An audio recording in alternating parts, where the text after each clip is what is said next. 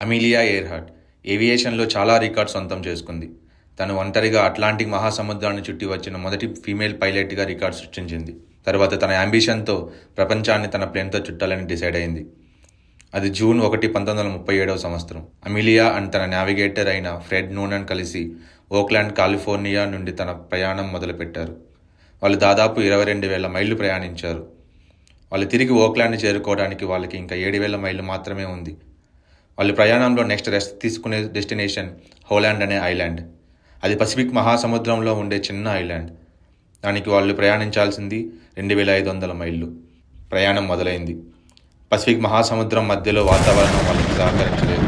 అంతేకాకుండా ప్లేన్లో ఫ్యూయల్ కూడా తక్కువ ఉన్న కారణం చేత వాళ్ళు తమ డెస్టినేషన్ చేరుకోలేకపోయారు. తర్వాత US navy and coast guard searching operation మొదలుపెట్టింది. దాదాపు $4 మిలియన్ అమెరికా ఖర్చు పెట్టింది. అప్పట్లో మోస్ట్ ఎక్స్పెన్సివ్ సర్చ్ ఆపరేషన్ ఇదే. కానీ వాళ్ళ ఆచూకీ కనిపెట్టలేకపోయారు.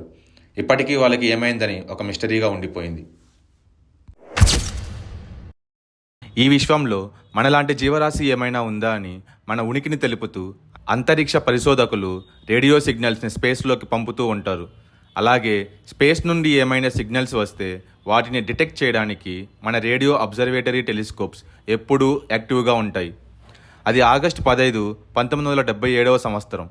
యునైటెడ్ స్టేట్స్లోని ఒహియో స్టేట్ యూనివర్సిటీలో బిగ్ ఇయర్ అనబడే రేడియో టెలిస్కోప్ ఒక అంతుచిక్కని రేడియో సిగ్నల్ని డిటెక్ట్ చేసింది.